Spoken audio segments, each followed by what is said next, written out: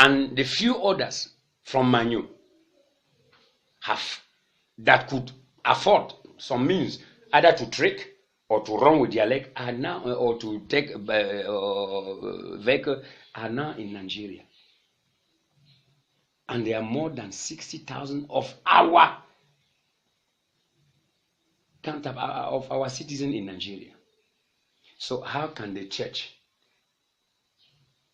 continue to say that all is well? All is not well. The church is suffering, from the Roman Catholic Church down to whatsoever Christian denomination. Even mosque, pastors, imams, everybody now in the northwest and southwest is in confusion. And let me tell you something you may not know. Do you know what I have discovered as a young man? I have discovered that pastors, almost 90% of the pastors of southwest and northwest, are fasting and praying for separation. Let the whole world, you can go and investigate what they call their so-called shadow government of the Amazonia. The person, after Ayuk have been arrested or abducted, I don't know how you call it, the person replaced, the acting president now, Sako Samuel, is a prophet by calling. Yes, he's a prophet, a Pentecostal born again. And nearly all their leaders that are, let me say, commanding and that are governing, because they are the one behind the ghost towns every Mondays. They are the one brief, even though they are not in Cameroon.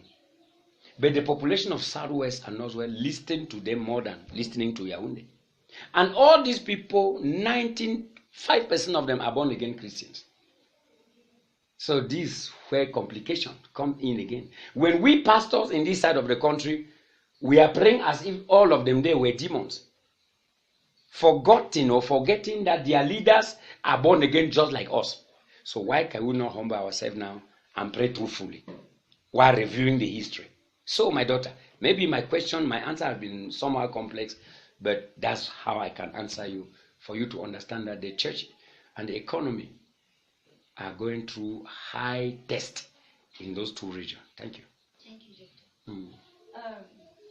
Seeing that this situation, if I can relate this situation with the story of the Israelites, can we say that it is God's will for this nation? Because looking at the way things are going on. Well, God's will for this nation may be yes and no. Yes, because there is no situation that surprises God. God knows everything. So God knew that in this time, in the history of this nation, what is happening will happen. So if he allowed it to happen, I can say that is his will. But let me also precise this to you. The will of God is not that God is behind the event. The will of God may be here interpreted in such a way that he allowed it to happen, even though he has not ordained it, but he allowed it to happen. So I'm a little bit perplexed here, to make you understand me very fine. Then, what is happening can be noticed or affirmed as the will of God in the fact that we as prophets, many years back, God have told us, I'm going to shake Cameroon. But we did not know how he was going to shock us. He said, I'm going to shake Cameroon. I'm going to shake Cameroon. I say, Lord, for what he say? For the pride. The proud. You call it pride or proud? The pride of your leaders. They have abandoned me. They have gone towards other gods. They feel that Cameroon belongs to them. Just like in the days of Pharaoh in Egypt. God said, Pharaoh, you say you are the big crocodile in the water. I will show you that I'm God that created Egypt. So that is what is happening. What is happening now in this nation, even if God have not ordained it, but he allowed it to happen, is as the result of this nation abandoning God. And God is angry towards us. Why? One of the reasons why is that, look at even among us in the Pentecostal church, a good quantity of pastors in the Pentecostal church are today occultics, are doing with voodoo powers and all the like to pull crowd. How do you think God will be happy with this nation? How do you think God will be happy with this nation? So look at injustice. Can you go to court freely in this nation, even if you are right, and come out with your clean hand, and come out freely if you don't give something to somebody? Just go in the court for a simple, what you call jugement d'hérédité. You will see what will take you. There is corruption, bribery, concours belong to people that have money and have connections. All of you are. I'm not telling you. You are student. You are victim of what I'm saying. Corruption all over. There is nothing in this nation, mostly in the government sector, that is transparent. Everything is flu. So, how do you think God will be happy with this nation? And the last point is that God is shaking in Cameroon because of the vision, because of the plan God had for this nation. Because the Lord told us many years ago, and He also told many people all around the world, that Cameroon is going to be one of the nations that will spearhead the revival of the last days.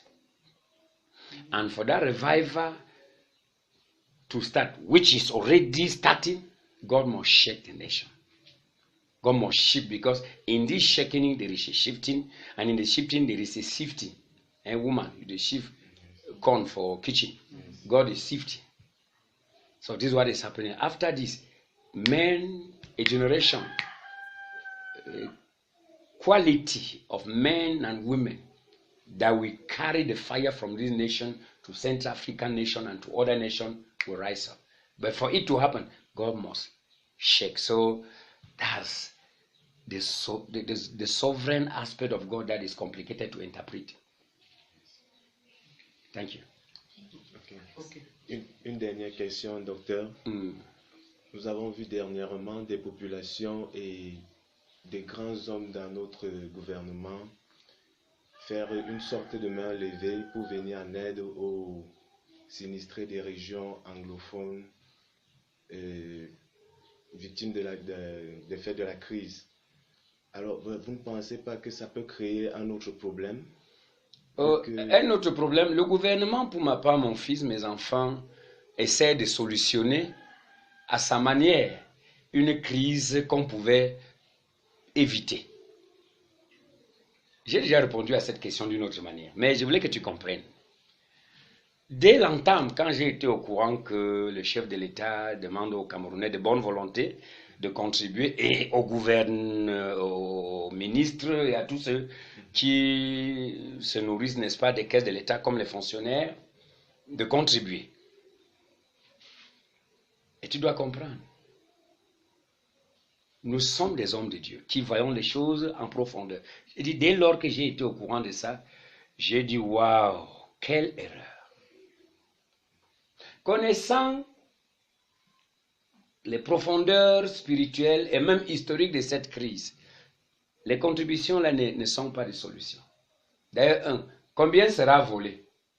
Parce que je nous connais, quand on contribuait vers les années 90 ou 92 pour la Coupe du Monde, un ministre de l'époque, M. Conchou, qui devait amener l'argent aux États-Unis à nos enfants, nous a dit que l'argent est suspendu dans l'air entre France et Washington. Tout ça. Nous connaissons comment. Récemment, il y a eu encore les contributions pour aider quoi là? C'était quelle crise encore?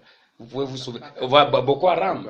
Mais c'est des milliards que les Camerounais ont contribué. Ce n'est jamais arrivé au Nord.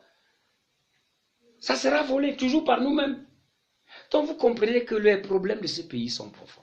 Et maintenant, pour vous répondre clairement, enfin directement, est-ce que vous savez que ceux à qui ou vers qui ces dons sont destinés refusent déjà qu'ils ne le recevront pas? Et je connais l'esprit anglo-saxon. J'ai vu des lettres à Facebook qu'ils ont écrites au commissariat des Nations Unies pour les réfugiés pour dire qu'ils ne reçoivent aucun don du régime de M. Biya. Et ils se justifient en disant, qu'est-ce qui nous a d'abord chassés de nos maisons? Qui a brûlé nos maisons? Qui a tué nos frères et sœurs, nos parents? Qui a brûlé nos vieux parents, nos grands-parents dans les maisons? Dites-nous. Nous sommes d'abord ici, pourquoi? Vous venez nous donner à manger. Depuis que nous sommes ici, nous mangeons quoi? Et vous allez nous donner à manger combien de temps? Et c'est là où je reviens sur les contributions. Puisqu'ils sont là. Ils sont au moins 60 millions au Nigeria. Pour contribuer 12 milliards, ça fait trop de bruit. Oui, quand vous leur aurez partagé peut-être 50-50, mais à supposer qu'ils prenaient cet argent, ce serait la fin de quoi?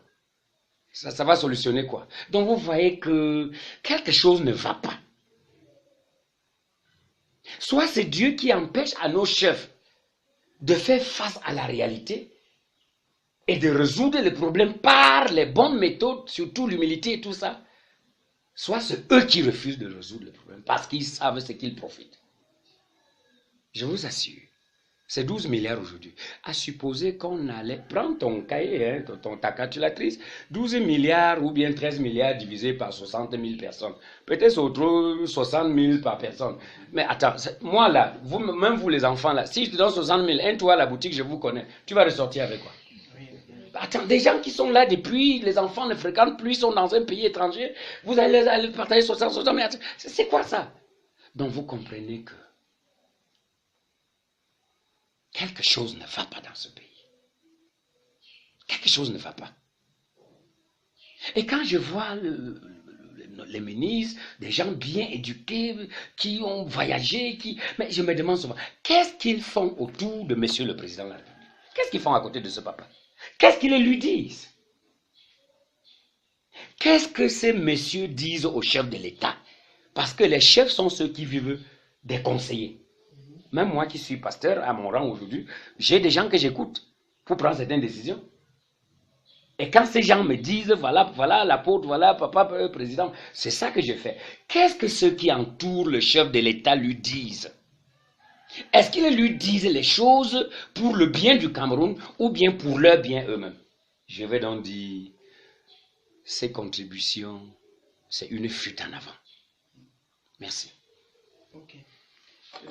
Pour chuter avec vous, lorsque nous entendions cette conversation, cette interview, nous avons dit qu'on devait parler du mouvement JPCC.